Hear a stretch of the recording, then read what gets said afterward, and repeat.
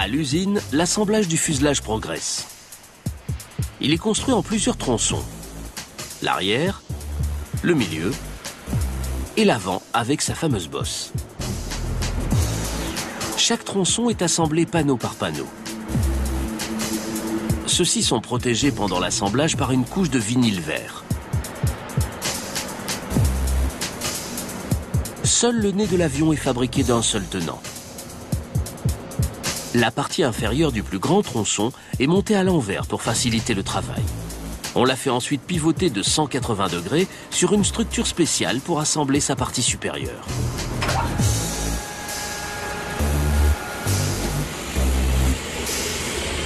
Une fois assemblé, ce tronçon est si imposant qu'un pont roulant géant de 34 tonnes est indispensable pour le déplacer.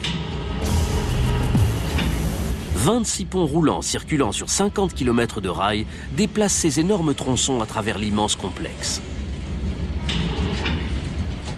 On dit à tous les pilotes qu'on les a fait voler avant eux. On les conduit jusqu'à leur destination. On les pose et les employés travaillent dessus. Quelques grutiers ont le vertige, mais c'est un inconvénient. Mieux vaut ne pas en souffrir.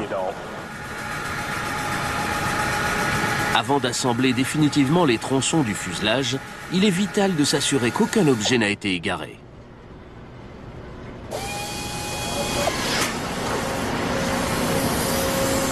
Un boulon égaré pourrait provoquer une catastrophe en roulant au mauvais endroit, comme dans un réacteur ou un réservoir de carburant. Chaque rivet, chaque fixation peut devenir dangereux.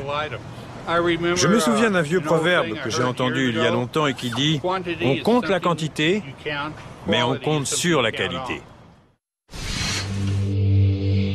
Il est 2 heures du matin, mais Boeing ne dort jamais. Dans le plus grand bâtiment du monde, on exécute une manœuvre extrêmement complexe.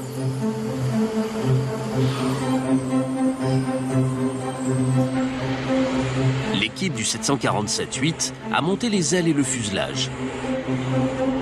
Il est temps de les réunir. Le 747-8 pourra enfin ressembler à un jumbo. La réunion des 3 tronçons du fuselage est l'une des tâches les plus difficiles de tout le processus d'assemblage. C'est pour cette raison qu'il s'effectue en pleine nuit. Les risques sont moindres. Peu de personnes sont présentes au sol.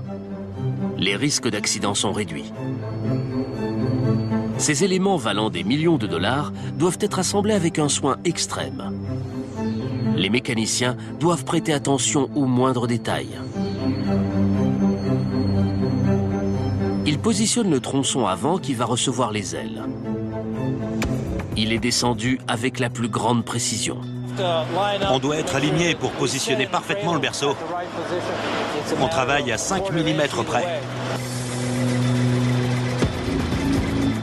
On approche ensuite les ailes près du fuselage central. Elles occupent pratiquement toute la largeur de l'usine. 2 tracteurs doivent les déplacer exactement à la même vitesse pour les empêcher de heurter les parois de l'usine. 5 petits centimètres séparent les murs des extrémités des ailes.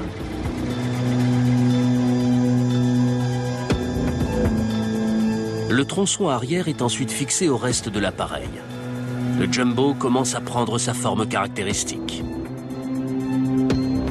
Il mesure 76 mètres de long et 68 mètres de large.